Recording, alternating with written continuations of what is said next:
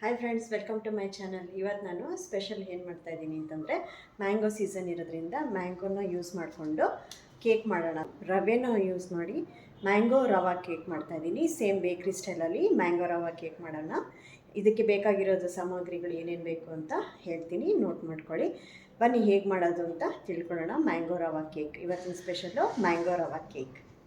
ಈ ರೀತಿ ಸಿಂಪಲ್ಲಾಗಿ ಕಲರ್ಫುಲ್ಲಾಗಿ ತುಂಬ ಟೇಸ್ಟ್ಫುಲ್ಲಾಗಿ ಮ್ಯಾಂಗೋ ಕೇಕ್ ಮಾಡೋದಕ್ಕೆ ಏನೇನು ಬೇಕು ಅಂತ ತಿಳ್ಕೊಳ್ಳೋಣ. ಮೊದಲಿಗೆ ಇಲ್ಲಿ ಟೂಲ್ಸು ಮತ್ತು ಇಂಗ್ರೀಡಿಯೆಂಟ್ಸ್ ಏನೇನು ಬೇಕು ಅಂತ ಹೇಳ್ತೀನಿ. ನಾನಿಲ್ಲಿ ಚಿರೋಟಿ ರವೆ ತೊಗೊಂಡಿದ್ದೀನಿ. ರವೆ ಕೇಕ್ ಆಗಿರೋದ್ರಿಂದ ಸಕ್ಕರೆ, ಡೆಕೋರೇಷನ್ಗೆ ಟೂಟಿ ಫ್ರೂಟಿ, ಹಾಲು ಮತ್ತು ಮೊಸರು, ಆಮೇಲೆ ಎಣ್ಣೆ ತೊಗೊಂಡಿದ್ದೀನಿ, ಕುಕ್ಕಿಂಗ್ ಆಯಿಲ್, ಸನ್ಫ್ಲವರ್ ಆಯಿಲ್ ಬರುತ್ತಲ್ಲ ಅದನ್ನು ತೊಗೊಂಡಿದ್ದೀನಿ, ವೆನಿಲಾ ಎಸೆನ್ಸು ಮತ್ತು ಬೇಕಿಂಗ್ ಪೌಡರು ನೋಡಿ, ಬೇಕಿಂಗ್ ಪೌಡರ್ ಮತ್ತು ಬೇಕಿಂಗ್ ಸೋಡಾ ಎರಡು ತೊಗೊಂಡಿದ್ದೀನಿ.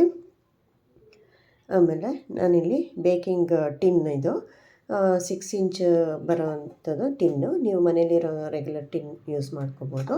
ಮತ್ತು ಮಿಕ್ಸಿಂಗಿಗೆ 2 ಬೌಲ್ ಬೇಕಾಗುತ್ತೆ. ಆಮೇಲೆ ಇದು ಬಟರ್ ಪೇಪರ್ ಬೇಕಾಗುತ್ತೆ. ಟಿನ್ನಿಗೆ ಕೆಳಗಡೆ ಹಾಕೋದಕ್ಕೆ ಲೈನಿಂಗಿಗೆ ಬಟರ್ ಪೇಪರು, ಮತ್ತು ಒಂದೇ ಒಂದು ಮಾವಿನ ಹಣ್ಣು ಯೂಸ್ ಮಾಡ್ತಾಯಿದ್ದೀನಿ ನಾನು. ಆಮೇಲೆ ಸ್ಪ್ಯಾಚುಲಾ ಮತ್ತು ಮೆಷರಿಂಗ್ ಕಪ್ಸ್ನ ತೊಗೊಳ್ತಾ ಇದ್ದೀನಿ. ಇಲ್ಲಿ 1 ಕಪ್ಪು, 1/2 ಕಪ್ಪು, 1/4 ಕಪ್ಪು ಮತ್ತು ಟೀ ಸ್ಪೂನ್ಗಳು ಇದಿಷ್ಟು ಬೇಕಾಗುತ್ತೆ. ಒಂದೊಂದೇ ಹೇಳ್ತಾ ಹೋಗ್ತೀನಿ. ಆಮೇಲೆ ನಾವು ಇವತ್ತು ಕೇಕ್ ಮಾಡ್ತಾ ಇರೋದು ಕಡಾಯಿನಲ್ಲಿ, ಅವನ್ ಉಪಯೋಗಿಸ್ದಲೇ ಎಗ್ಲೆಸ್ ರವಾ ಕೇಕ್ನ ಮಾಡ್ತಾ ಇರೋದು. ಸೊ ಇವಾಗ ನಾನು ಈ ಕಡಾಯಿನ ಉಪಯೋಗಿಸ್ಕೊಂಡು ಕೇಕ್ ಮಾಡ್ತಾಯಿದ್ದೀನಿ. ಅದಕ್ಕೊಂದು ಲಿಡ್ ಇರಬೇಕು. ಫಸ್ಟ್ ನಾವೇನು ಮಾಡಬೇಕು, ಸ್ಟೆಪ್ ನಂಬರ್ 1, ಈಗ ನಾವೇನು ಟಿನ್ ಮಾಡ್ತೀವಲ್ಲ, ಕೇಕ್ ಮಾಡೋ ಟಿನ್ನಿಗೆ ಲೈನಿಂಗ್ ಮಾಡ್ಕೋಬೇಕು. ಲೈನಿಂಗನ್ನು ನಾನು ಬಟರ್ ಪೇಪರಲ್ಲಿ ಮಾಡೋದು ತೋರಿಸ್ತೀನಿ. ನೋಡಿ, ಈ ಥರ ನಾನು ಫ್ರಮ್ ದ ಸ್ಕ್ರ್ಯಾಚ್ ಕೇಕ್ ಹೇಗೆ ಮಾಡೋದು ಅಂತ ತೋರಿಸ್ತೀನಿ. ಬಿಗಿನರ್ಸಿಗೆ ತುಂಬ ಹೆಲ್ಪ್ ಆಗುತ್ತೆ ಇದು. ಸೊ ಈಗ ಬಟರ್ ಪೇಪರ್ನ ನಾನು ಈ ಥರ ಉದ್ದಕ್ಕೆ, ಅಂದರೆ ರೆಕ್ಟ್ಯಾಂಗಲ್ ಶೇಪಲ್ಲಿ ಕಟ್ ಮಾಡಿಕೊಂಡು, ಆಮೇಲೆ ನಾನು ಈ ಥರ ಟ್ರಯಾಂಗಲ್ ಶೇಪಲ್ಲಿ ಫಸ್ಟು ಫೋಲ್ಡ್ ಮಾಡ್ಕೊಳ್ತೀನಿ. ಯಾಕೆಂದರೆ ನನಗೀಗ ರೆಕ್ಟ್ಯಾಂಗಲ್ ಶೇಪಿಂದ ಸ್ಕ್ವೇರ್ ಶೇಪ್ ಪೇಪರ್ ಮಾಡ್ಕೊಳ್ತೀನಿ. ಸೊ ಈಗ ನಾನು ಈ ಥರ ಟ್ರಯಾಂಗಲ್ ಶೇಪಿಗೆ ಕಟ್ ಮಾಡಿಕೊಂಡು, ಎಕ್ಸ್ಟ್ರಾ ಪೇಪರ್ ಏನಿದೆಯಲ್ಲ ಇಲ್ಲಿ ನೋಡಿ ಹಿಂಗೆ, ಅದನ್ನು ನಾನು ತಕ್ಕೊಂಬಿಡ್ತೀನಿ, ಅಂದರೆ ಕಟ್ ಮಾಡ್ಕೊಂಬಿಡ್ತೀನಿ. ಸೊ ಅಲ್ಲಿಗೆ ನಮಗೆ ಪೇಪರು ಸ್ಕ್ವೇರ್ ಶೇಪು ಬರುತ್ತೆ. ಈಗ ನಾನಿಲ್ಲಿ ಎಕ್ಸ್ಟ್ರಾ ಶೀಟ್ ಏನಿದೆಯಲ್ಲ ಅದನ್ನು ಕಟ್ ಮಾಡಿಕೊಂಡು ನಾನು ಅದನ್ನು ಸ್ಕ್ವೇರ್ ಶೇಪ್ ಮಾಡ್ಕೊಳ್ತೀನಿ. ಈ ಬಟರ್ ಪೇಪರ್ನ ಹೇಗೆ, ಇದು ಫಸ್ಟ್ ಟೈಮ್ ನೀವು ಈ ಥರ ಕಲ್ತ್ಕೊಂಬಿಟ್ರೆ ಪ್ರತಿ ಸರಿ ಕೇಕ್ ಮಾಡುವಾಗ ಈಸಿ ಆಗುತ್ತೆ, ಟಿನ್ ಒಳಗೆ ಯಾವ ಥರ ಲೈನಿಂಗ್ ಹಾಕ್ಬೋದು ಅಂತ. ನೋಡಿ, ಈಗ ಸ್ಕ್ವೇರ್ ಶೇಪ್ ಪೇಪರ್ನ ಕಟ್ ಮಾಡ್ಕೊಂಡಿದ್ದೀನಿ, ಬಟರ್ ಪೇಪರ್ ಇದು. ಸೊ ಈಗ ಫಸ್ಟ್ ಫೋಲ್ಡು ಈ ಥರ ಟ್ರಯಾಂಗಲ್ ಶೇಪ್ ಮಾಡ್ಕೊಳ್ಳೋದು, ಸೆಕೆಂಡ್ ಫೋಲ್ಡು ಮತ್ತು ಈ ಥರ ಟ್ರಯಾಂಗಲ್ ಶೇಪ್ ಕಟ್ ಮಾಡಿಕೊಂಡು, ಆಮೇಲೆ ಮತ್ತೆ ಇನ್ನೊಂದು ಫೋಲ್ಡು, ಟೋಟಲ್ 3 ಫೋಲ್ಡ್ಸ್ನ ಮಾಡ್ಕೋಬೇಕು. ನೋಡಿ, ಇದು 3rd ಫೋಲ್ಡ್ ಇದು.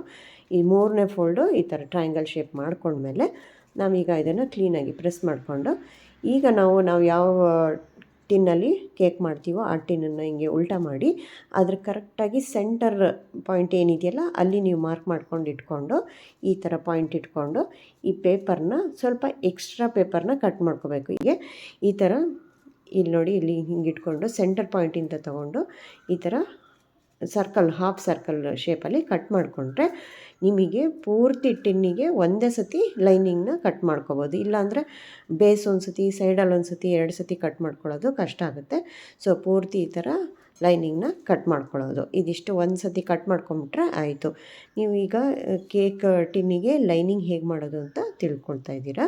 ಸೊ ಈಗ ಈ ಟೆಕ್ನಿಕ್ನ ಉಪಯೋಗಿಸ್ಕೊಂಡ್ರೆ ಕೇಕ್ ಲೈನಿಂಗು ಈಸಿಯಾಗಿ ಒಂದೇ ಸತಿ ಕಟ್ ಮಾಡ್ಕೊಬೋದು. ಈಗ ನಾನು ಏನು ಮಾಡ್ತೀನಿ, ಈಗ 2 ಸೈಡನ್ನು ಆ ಕಡೆ ಈ ಕಡೆ ಕಟ್ ಮಾಡ್ಕೊಳ್ತೀನಿ. ಮಧ್ಯಭಾಗ ಜಾಸ್ತಿ ಬಿಡಬೇಕು, ಆ ಸೈಡ್ ಈ ಸೈಡ್ ಎರಡೂ ಸ್ವಲ್ಪ ಇಷ್ಟು ನಾನು ತೋರಿಸ್ತಾ ಇರೋ ಅಳತೆನಲ್ಲಿ ಕಟ್ ಮಾಡ್ಕೋಬೇಕು. ನೋಡಿ, ಮಧ್ಯದಲ್ಲಿ ಜಾಸ್ತಿ ಸ್ಪೇಸ್ ಕೊಟ್ಟಿದ್ದೀನಿ, ಆ ಕಡೆ ಈ ಕಡೆ 1 ಇಂಚಷ್ಟು ಸ್ಪೇಸ್ ಕೊಟ್ಟು ಕಟ್ ಮಾಡ್ಕೊಂಡಿದ್ದೀನಿ ಹಾಫ್. ನೋಡಿ, ಕಟ್ ಮಾಡಿದ್ಮೇಲೆ ಈ ಥರ ಬರುತ್ತೆ ಡಿಸೈನ್, ಅಂದರೆ ಸರ್ಕ್ಯುಲರ್ ಶೇಪು. ಒಳಗಡೆ ಹಾಕಿದ್ರೆ ನಮಗೆ ಪೂರ್ತಿ ಟಿನ್ನಿಗೆ ಒಂದೇ ಸತಿ ಲೈನಿಂಗ್ ಆಗಬೇಕು ಆ ಥರ. ಇಲ್ಲಾಂದರೆ ಬರೀ ಸಣ್ಣ ಸರ್ಕಲ್ ಮಾಡಿಕೊಂಡು ಬೇಸಿಗೆ ಮಾತ್ರ ಮಾಡಿಕೊಂಡು ಮತ್ತು ಸೈಡಿಗೆಲ್ಲ ಕಟ್ ಮಾಡ್ಕೊಳಕ್ಕಾದ್ರೆ ಕಷ್ಟ ಆಗುತ್ತೆ. ಸೊ ಒಂದೇ ಸತಿ ನೋಡಿ ಹಿಂಗೆ ಹಾಕಿದ್ರೆ ಪೂರ್ತಿ ಲೈನಿಂಗ್, ಪೂರ್ತಿ ನಮಗೆ ಏನು ಟಿನ್ ಇದೆಯಲ್ಲ ಆ ಟಿನ್ ಪೂರ್ತಿ ಲೈನಿಂಗ್ ಆಗುತ್ತೆ. ಹಾಕಿದ್ಮೇಲೆ ಈ ಟೆಕ್ನಿಕ್ನ ಉಪಯೋಗಿಸಿ ತುಂಬ ಚೆನ್ನಾಗಿ ಮಾಡ್ಬೋದು. ಆಮೇಲೆ ಇದನ್ನು ನಾವು ಸ್ವಲ್ಪ ಆಯಿಲ್ನ, ಕುಕ್ಕಿಂಗ್ ಆಯಿಲ್ ಏನಿದೆಯಲ್ಲ ಅದನ್ನು ಸ್ವಲ್ಪ ಲೈನಿಂಗ್ ಮಾಡ್ಕೊಳ್ಳೋದು, ಗ್ರೀಸ್ ಮಾಡಿಕೊಂಡು ರೆಡಿ ಮಾಡ್ಕೊಳ್ಳೋದು. ಈಗ ಟಿನ್ ರೆಡಿ ಆಯಿತು. ಈಗ ನೆಕ್ಸ್ಟ್ ಸ್ಟೆಪ್ಪು, ನಾವು ಒಂದು ಮಾವಿನ ಹಣ್ಣು ತೊಗೊಂಡಿದ್ನಲ್ಲ ಅದು ಪೂರ್ತಿ ಚಿಕ್ಕದಾಗಿ ಕಟ್ ಮಾಡಿಕೊಂಡು, 1 ಕಪ್ ಆಗಿದೆ ಇದು, 1 ಕಪ್ಪಷ್ಟು ಮಾವಿನ ಪೀಸನ್ನು ಹಾಕ್ಕೊಂಡಿದ್ದೀನಿ. ಇದನ್ನು ಗ್ರೈಂಡ್ ಪ್ಯೂರಿ ಮಾಡ್ಕೋಬೇಕು. ನೆಕ್ಸ್ಟ್ ಸ್ಟೆಪ್ಪು ಬಂದು ನಾವೀಗ ರವೆನ ತೊಗೊಂಡು ನಾವು ಮಿಕ್ಸಿಂಗ್ ಬೌಲಲ್ಲಿ ಹಾಕಿ 1 ಕಪ್ ರವೆನ ತೊಗೊಂಡಿದ್ದೀನಿ. 1 ಕಪ್ ರವೆಗೆ ಅರ್ಧ ಕಪ್ಪಷ್ಟು ಮೊಸರನ್ನ ಸೇರಿಸ್ಕೊಂಡು ಈಗ ನಾನು ಮಿಕ್ಸಿ ಮಾಡಿದಂಥ ಮಾವಿನ ಹಣ್ಣಿನ ಪಲ್ಪ್ ಏನಿತ್ತಲ್ಲ ಆ ಪ್ಯೂರಿನ ಹಾಕ್ಕೊಳ್ತಾ ಇದ್ದೀನಿ. ಇದು 1 ಕಪ್ ಹಣ್ಣಿಗೆ ಅರ್ಧ ಕಪ್ಪಷ್ಟು ಮಾವಿನ ಹಣ್ಣಿನ ಪ್ಯೂರಿ ಬಂದಿದೆ. ಈಗ 1 ಕಪ್ಪು ರವೆಗೆ ಅರ್ಧ ಕಪ್ಪು ಮೊಸರು, ಅರ್ಧ ಕಪ್ಪು ಮಾವಿನ ಹಣ್ಣಿನ ಪ್ಯೂರಿ ಇದಿಷ್ಟನ್ನು ಸೇರಿಸಿ ಚೆನ್ನಾಗಿ ಮಿಕ್ಸ್ ಮಾಡ್ಕೋಬೇಕು. ನೋಡಿ ಈ ಥರ ಎಲ್ಲ ಮಿಕ್ಸ್ ಮಾಡಿಕೊಂಡು ಕಲಿಸ್ಕೋಬೇಕು. ಈ ಥರ ಎಲ್ಲ ಮಾವಿನ ಹಣ್ಣು ಮತ್ತು ರವೆ ಮೊಸರು ಮೂರೂ ಮಿಕ್ಸ್ ಮಾಡ್ಕೋಬೇಕು. ಅಳತೆ ನಾನು ಹೇಳಿದ ಪ್ರಕಾರನೇ ಮಾಡಬೇಕು, ಎಲ್ಲೂ ಮಿಸ್ ಮಾಡ್ಕೋಬಾರ್ದು. ಅದೇ ಮೆಷರ್ಮೆಂಟಲ್ಲೇ ಮಾಡಿದ್ರೆ ಪರ್ಫೆಕ್ಟಾಗಿ ಕೇಕ್ ಬರುತ್ತೆ. ಸೊ ಈಗ ಮೂರನ್ನು ಮಿಕ್ಸ್ ಮಾಡಿ ಇದನ್ನು ನಾವು ಒಂದು ಲಿಡ್ಡನ್ನು ಮುಚ್ಚಿ ಒಂದು 15 ನಿಮಿಷ ಅದನ್ನು ಹಾಗೆ ಸೆಟ್ ಆಗೋಕ್ಕೆ ಬಿಡಬೇಕು. ಸ್ವಲ್ಪ 15 ನಿಮಿಷ ಆದಮೇಲೆ ಈ ಥರ ನೋಡಿ ಎಷ್ಟು ಸಾಫ್ಟಾಗಿ ಈ ರವೆ ಏನಿರುತ್ತಲ್ಲ ಅದು ಅರಳ್ಕೊಂಡಿರುತ್ತೆ. ಚಿರೋಟ ರವೆ ಹಾಕ್ಕೊಂಡಿದ್ದೀವಲ್ಲ, ಮೊಸರು ಜೊತೆ ಸೇರಿಸಿದಾಗ ಚೆನ್ನಾಗಿ ಮಾವಿನ ಹಣ್ಣಿನ ಪ್ಯೂರಿ ಮತ್ತು ಮೊಸರು ಎಲ್ಲ ಚೆನ್ನಾಗಿ ಮಿಕ್ಸ್ ಆಗಿ ಅರಳ್ಕೊಂಡು ಈ ಥರ ಸಾಫ್ಟಾಗಿ ಈ ಥರ ಒಳ್ಳೆ ಲೈಟಾಗಿ ಬಂದಿರುತ್ತೆ. ಈಗ ಇದನ್ನು ನಾವು ಮಿಕ್ಸಿ ಜಾರ್ಗೆ ಹಾಕ್ಕೊಂಡು ಇದಿಷ್ಟನ್ನು ಬ್ಲೆಂಡ್ ಮಾಡ್ಕೋಬೇಕು. ನೋಡಿ ಇದಿಷ್ಟು ನಾನೇನು ರವೆ ಮತ್ತು ಮಾವಿನ ಹಣ್ಣು ಮೊಸರು ಕಲಸಿದ್ನಲ್ಲ ಅದಷ್ಟನ್ನು ಹಾಕಿ ಈಗ ನಾನು ಸಕ್ಕರೆ ಅರ್ಧ ಕಪ್ ಹಾಕ್ಕೊಳ್ತಾ ಇದ್ದೀನಿ. ಆಮೇಲೆ 1/4 ಕಪ್ಪಷ್ಟು ಎಣ್ಣೆ, ನಾವು ಕುಕ್ಕಿಂಗ್ ಆಯಿಲ್ ನಾನಿಲ್ಲಿ ಸನ್ಫ್ಲವರ್ ಆಯಿಲ್ ತೊಗೊಂಡಿದ್ದೀನಿ, ಅದನ್ನು ಹಾಕ್ಕೊಳ್ತಾ ಇದ್ದೀನಿ. ಇದಿಷ್ಟನ್ನು ಹಾಕಿ ಚೆನ್ನಾಗಿ ಬ್ಲೆಂಡ್ ಮಾಡಬೇಕು. ಸಕ್ಕರೆ ಎಲ್ಲ ಪೂರ್ತಿ ನುಣ್ಣಗಾಗಬೇಕು. ಅದಷ್ಟು ಹಾಕಿ ಚೆನ್ನಾಗಿ ನುಣ್ಣಗಾದಮೇಲೆ ನೀರೇನು ಹಾಕಬಾರ್ದು, ನಾನು ಏನು ತೋರಿಸಿದ್ದೀನೋ ಅದಷ್ಟನ್ನೇ ಹಾಕೋಬೇಕು. ಸಕ್ಕರೆ ಮತ್ತು ಎಣ್ಣೆ ಇದಿಷ್ಟನ್ನು ಹಾಕಿ ಈ ಥರ ಇದೇ ಕನ್ಸಿಸ್ಟೆನ್ಸಿನಲ್ಲಿ ಗಟ್ಟಿಯಾಗೇ ಬರಬೇಕು. ಇದು ತುಂಬ ತೆಳ್ಳಗೆ ಮಾಡಿದ್ರೆ ಕೇಕು ಚೆನ್ನಾಗಾಗಲ್ಲ. ನೋಡಿ ಇದೇ ಕನ್ಸಿಸ್ಟೆನ್ಸಿನಲ್ಲಿ ಇಷ್ಟೇ ಗಟ್ಟಿನಲ್ಲಿ ಬರಬೇಕು. ಈಗ ನಾನು ಅದಕ್ಕೆ 1 ಟೀ ಸ್ಪೂನಷ್ಟು ಬೇಕಿಂಗ್ ಪೌಡರು, 1/4 ಟೀ ಸ್ಪೂನಷ್ಟು ಬೇಕಿಂಗ್ ಸೋಡಾ ಮತ್ತು 1/4 ಟೀ ಸ್ಪೂನಷ್ಟು ವೆನಿಲಾ ಎಸೆನ್ಸು. ಮ್ಯಾಂಗೋ ಎಸೆನ್ಸ್ ಇದ್ದರೆ ಮ್ಯಾಂಗೋ ಎಸೆನ್ಸ್ ಹಾಕ್ಕೋಬೋದು, ಇಲ್ಲ ಅಂದರೆ ವೆನಿಲಾ ಎಸೆನ್ಸ್ 1/4 ಟೀ ಸ್ಪೂನಷ್ಟು ವೆನಿಲಾ ಎಸೆನ್ಸ್ ಹಾಕ್ಕೋಬೇಕು. ಆಮೇಲೆ 1/2 ಟೀ ಸ್ಪೂನಷ್ಟು ಹಾಲನ್ನು ಸೇರಿಸ್ಕೊಳ್ತಾ ಇದ್ದೀವಿ. ಹಾಲು ಸೇರಿಸ್ಕೊಳ್ಳೋದ್ರಿಂದ ಸಾಫ್ಟಾಗಿ ಚೆನ್ನಾಗಿ ಬರುತ್ತೆ ಅಂತ ಅಷ್ಟೇ. ಈಗ ಇದಿಷ್ಟನ್ನು ಹಾಕಿ ಚೆನ್ನಾಗಿ ಮಿಕ್ಸ್ ಮಾಡ್ಕೋಬೇಕು. ಇದನ್ನು ಒಂದೇ ಡೈರೆಕ್ಷನಲ್ಲಿ ಈ ಥರ ಮಾಡಿ ಕಟ್ ಆ್ಯಂಡ್ ಫೋಲ್ಡ್ ಮೆಥಡ್ನಲ್ಲಿ ಮಿಕ್ಸಿಂಗ್ ಮಾಡಬೇಕು. ನೋಡಿ ಈ ಥರ ನಾವು ಒಂದೇ ಡೈರೆಕ್ಷನಲ್ಲಿ ರೈಟ್ ಸೈಡಿಂದ ಹಿಂಗೆ ತೊಗೊಂಡು ಹಿಂಗೆ ಮಾಡಿ ಮಧ್ಯದಲ್ಲಿ ಕಟ್ ಆ್ಯಂಡ್ ಫೋಲ್ಡ್ ಮೆಥಡಲ್ಲಿ ಮಿಕ್ಸ್ ಮಾಡ್ಕೋಬೇಕು. ತುಂಬಾ ಜಾಸ್ತಿ ಫೋರ್ಸ್ ಮಾಡಿ ಕೈ ಆಡ್ಬಿಡಬಾರ್ದು. ಲೈಟಾಗಿ ಕ್ಲೀನಾಗಿ ಎಲ್ಲದನ್ನು ಇಂಗ್ರೀಡಿಯೆಂಟ್ಸು ಮಿಕ್ಸ್ ಆಗೋ ಥರ ಮಾಡ್ಕೋಬೇಕು. ಈಗ ಮಿಕ್ಸ್ ಆಗಿದ ತಕ್ಷಣವೇ ಇಮ್ಮಿಡಿಯೇಟಾಗಿ ನಾವು ಲೈನಿಂಗ್ ಮಾಡಿರೋವಂಥ ಕೇಕ್ ಟಿನ್ನಿಗೆ ನಾವು ಹಾಕ್ಕೋಬೇಕು. ನೋಡಿ ಇದಿಷ್ಟು ಇಂಗ್ರೀಡಿಯೆಂಟ್ಸು ನಾನು ಏನು ಮಿಕ್ಸ್ ಮಾಡ್ಕೊಂಡಿದ್ನಲ್ಲ ಪೂರ್ತಿ ಅದನ್ನು ಅದರೊಳಗೆ ಹಾಕಿದ್ದೀನಿ. ಈಗ ರೆಡಿಯಾಗಿದೆ.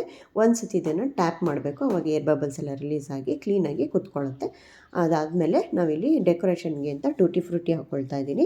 ಟೂಟಿ ಫ್ರೂಟಿಗೆ ಸ್ವಲ್ಪ ರವೆನ ಮಿಕ್ಸ್ ಮಾಡಿ ಹಾಕ್ಕೊಳ್ತಾ ಇದ್ದೀನಿ. ಯಾಕೆಂದರೆ ಅದು ಕುಕ್ ಮಾಡುವಾಗ ಬೇಕಾಗುವಾಗ ಅದು ಡಾರ್ಕ್ ಆಗಬಾರ್ದು ಅಂತ ಅಂದ್ಬಿಟ್ಟು ರವೆ ಮಿಕ್ಸ್ ಮಾಡಿ ಹಾಕಿದ್ದೀನಿ. ನೀವು ಇದ್ರ ಬದಲು ಡ್ರೈ ಫ್ರೂಟ್ಸ್ ಕೂಡ ಕಟ್ ಮಾಡಿ ಹಾಕ್ಕೋಬೋದು. ಈಗ ಆಲ್ರೆಡಿ ನಾನು 5 ನಿಮಿಷ ಮುಂಚೆನೇ ಕಡಾಯಿನ ಲೋ ಫ್ಲೇಮಲ್ಲಿ ಕಾಯಿಸ್ಕೊಂಡು ರೆಡಿ ಇಟ್ಟಿದ್ದೆ. ಲಿಡ್ ಮುಚ್ಚಿ ರೆಡಿ ಮಾಡ್ಕೊಂಡಿರ್ಬೇಕು, ಅಂದರೆ ಪ್ರೀ ಹೀಟ್ ಮಾಡ್ಕೊಂಡಿರಬೇಕು. ಆ ಕಡಾಯಿಗೆ ನಾನು ಇದಿಟ್ಬಿಟ್ಟು 40 ಮಿನಿಟ್ಸ್ ಎಕ್ಸಾಕ್ಟ್ 40 ಮಿನಿಟ್ಸು ನಾನು ಬೇಕ್ ಮಾಡೋಕ್ಕೆ ಲೋ ಫ್ಲೇಮಲ್ಲೇ ಬೇಕ್ ಮಾಡಬೇಕು. ಅದಾದಮೇಲೆ ಆಫ್ ಮಾಡಿ ಲಿಡ್ನ ತೆಗೆದು ಟೂತ್ಪಿಕ್ಕಲ್ಲಿ ಚೆಕ್ ಮಾಡಿದ್ರೆ ಬೇಕಾಗಿರುತ್ತೆ, ಎಲ್ಲೂ ಅಂಟ್ಕೋಬಾರ್ದು ಟೂತ್ಪಿಕ್ಕಿಗೆ. ಆವಾಗ ನಮ್ಮ ಕೇಕ್ ರೆಡಿ ಅಂತ. ಈಗ ಅದನ್ನು ಹೊರಗೆ ತೆಗೆದಿಟ್ಟು ಸ್ವಲ್ಪ ಬಟ್ಟೆ ಮುಚ್ಚಿಟ್ಟು ಆರೋಕ್ಕೆ ಬಿಡಬೇಕು. ಬಟ್ಟೆ ಮುಚ್ಚೋದ್ರಿಂದ ಕೇಕು ಡ್ರೈ ಆಗೋದಿಲ್ಲ. ಹಾಗಾಗಿ ಒಂದು 10ರಿಂದ 15 ನಿಮಿಷ ಆದಮೇಲೆ ಕಂಪ್ಲೀಟಾಗಿ ಕೂಲ್ ಆದಮೇಲೆ ನಾವೀಗ ಇದನ್ನು ಡಿಮೋಲ್ಡ್ ಮಾಡ್ತೀವಿ. ಕೇಕ್ನ ಡಿಮೋಲ್ಡ್ ಮಾಡಿ ಅದನ್ನು ಅದನ್ನು ಹೇಗಾಯಿತು ಅಂತ ನೋಡೋಣ. ನೋಡಿ ಈಗ ಕೇಕ್ನ ತೆಗ್ದಿದ್ದೀನಿ. ಪೇಪರ್ ತೆಗ್ದಾದ್ಮೇಲೆ ಈ ಥರ ಬಂದಿದೆ. ಸಾಫ್ಟಾಗಿರೋವಂಥ ಕೇಕು, ಕಂಪ್ಲೀಟ್ಲಿ ಡ್ರೈ ಆಗಿರಬೇಕು, ತಣ್ಣಗಾಗಿರಬೇಕು. ಕೂಲ್ ಆದಮೇಲೆ ನಾವು ಅದನ್ನು ಡಿಮೋಲ್ಡ್ ಮಾಡಿ ತೆಗೆದ್ಮೇಲೆ ಕೇಕ್ ಈ ಥರ ಬಂದಿದೆ. ನೋಡಿ ಮುಟ್ಟಿದ್ರೆ ಎಲ್ಲೂ ಅಂಟೋದಿಲ್ಲ, ಅಲ್ಲಿಗೆ ಚೆನ್ನಾಗಿ ಬೇಕಾಗಿದೆ ಅಂತ. ಎಕ್ಸಾಕ್ಟ್ ಟೈಮಲ್ಲಿ ನಾವು ಬೇಕ್ ಮಾಡಿದ್ರೆ ಪರ್ಫೆಕ್ಟಾಗಿರೋ ಕೇಕು ಬರುತ್ತೆ. ಕರೆಕ್ಟ್ ಮೆಷರ್ಮೆಂಟು ಮತ್ತು ಬೇಕಿಂಗ್ ಟೈಮ್ನ ಫಾಲೋ ಮಾಡಿದ್ರೆ ಎಲ್ಲರೂ ಈಸಿಯಾಗಿ ಮನೆಯಲ್ಲೇ ಕೇಕ್ ಮಾಡ್ಕೋಬೋದು. ಈ ಥರ ನಾವು ಮ್ಯಾಂಗೋನ ಯೂಸ್ ಮಾಡಿಕೊಂಡು ಸೀಸನಲ್ ಮ್ಯಾಂಗೋ ಫ್ರೂಟ್ ಅಂದರೆ ಕಿಂಗ್ ಆಫ್ ಫ್ರೂಟ್ಸ್ ಮ್ಯಾಂಗೋನ ಯೂಸ್ ಮಾಡಿಕೊಂಡು ಕೇಕ್ ಈ ಥರ ಮಾಡಿದ್ದೀನಿ. ನೋಡಿ ಇದು ನನ್ನ ಮಗನಿಗೆ ಸರ್ಪ್ರೈಸ್ ಕೊಟ್ಟೆ, ಅವ್ನಿಗೆ ಇಷ್ಟ ಆಯ್ತು ಈ ಕೇಕು. ಈಗ ನಾವು ಕೇಕ್ನ ಹೇಗೆ ಕಟ್ ಮಾಡೋದು ನೋಡಿ, ಈ ಥರ ಕಟ್ ಮಾಡ್ತಾಯಿದ್ದೀನಿ. ಸಾಫ್ಟಾಗಿದೆ ಮತ್ತು ಫ್ಲಫಿಯಾಗಿ ಕೂಡ ಬಂದಿದೆ. ಎಲ್ಲೂ ಏನು ಅಂಟ್ತಾ ಇಲ್ಲ, ನೈಫಿಗೂ ಅಂಟಿಲ್ಲ, ಅಂದರೆ ಚೆನ್ನಾಗಿ ಬೇಕಾಗಿದೆ. ಈಸಿಯಾಗಿ ಮನೆಯಲ್ಲೇ ರವೆ ಮತ್ತು ಮೊಸರು ಎಲ್ಲ ಉಪಯೋಗಿಸ್ಕೊಂಡು ಎಗ್ಲೆಸ್ ಮ್ಯಾಂಗೋ ಪ್ಯೂರಿನ ಉಪಯೋಗಿಸ್ಕೊಂಡು ಎಗ್ಲೆಸ್ ರವಾ ಕೇಕ್ನ ಮಾಡಿದ್ದೀನಿ.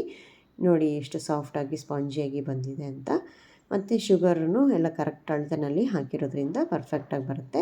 ನೀವು ಒಂದು ಸತಿ ಈ ಥರ ಟ್ರೈ ಮಾಡಿ ನೋಡಿ.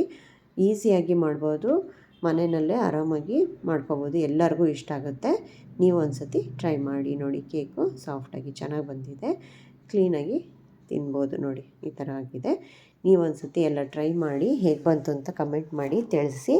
ಮತ್ತು ಇನ್ನೂ ಹೆಚ್ಚು ನಿಮ್ಮ ಫ್ರೆಂಡ್ಸು ಮತ್ತು ರಿಲೇಟಿವ್ಸ್ಗೆಲ್ಲ ಈ ವಿಡಿಯೋನ ಶೇರ್ ಮಾಡಿ. ನೋಡಿ ಕೇಕನ್ನು ತುಂಬ ಚೆನ್ನಾಗಿ ಬಂದಿದೆ, ಫ್ಲಫಿಯಾಗಿ. ನೋಡಿ ಇದರಲ್ಲಿ ಯಾವುದೇ ಆರ್ಟಿಫಿಷಿಯಲ್ ಕಲರ್ ಕೂಡ ಯೂಸ್ ಮಾಡಿಲ್ಲ, ಪ್ಯೂರ್ ಮ್ಯಾಂಗೋ ಪ್ಯೂರಿನ ಉಪಯೋಗಿಸ್ಕೊಂಡು ಮಾಡಿರೋದು. ಫ್ಲೇವರು ತುಂಬ ಚೆನ್ನಾಗಿ ಬಂದಿದೆ, ಮ್ಯಾಂಗೋ ಫ್ಲೇವರು. ನೋಡಿ ಇದರಲ್ಲಿ ಎಷ್ಟು ಚೆನ್ನಾಗಿ ಫ್ಲಫಿಯಾಗಿ ಬಂದಿದೆ ಅಂತ. ಈ ವಿಡಿಯೋ ಇಷ್ಟ ಆಗಿದ್ದರೆ ಲೈಕ್ ಮಾಡಿ, ಶೇರ್ ಮಾಡಿ ಹಾಗೂ ಸಬ್ಸ್ಕ್ರೈಬ್ ಮಾಡಿ. Thanks for watching.